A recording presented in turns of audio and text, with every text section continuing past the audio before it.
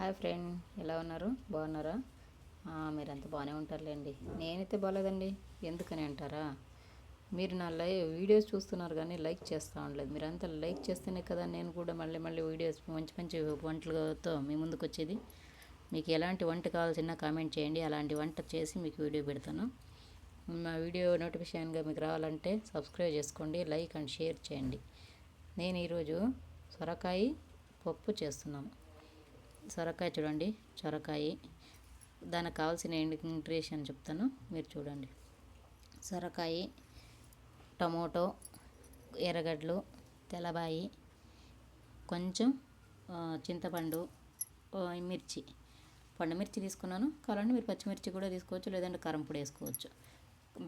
బ్యాళ్ళు నానబెట్టి ఒక అర్ధగంట ముందే నానబెట్టి పెట్టుకుంటే బాగుంటాయండి, బాగుంటుంది వంట.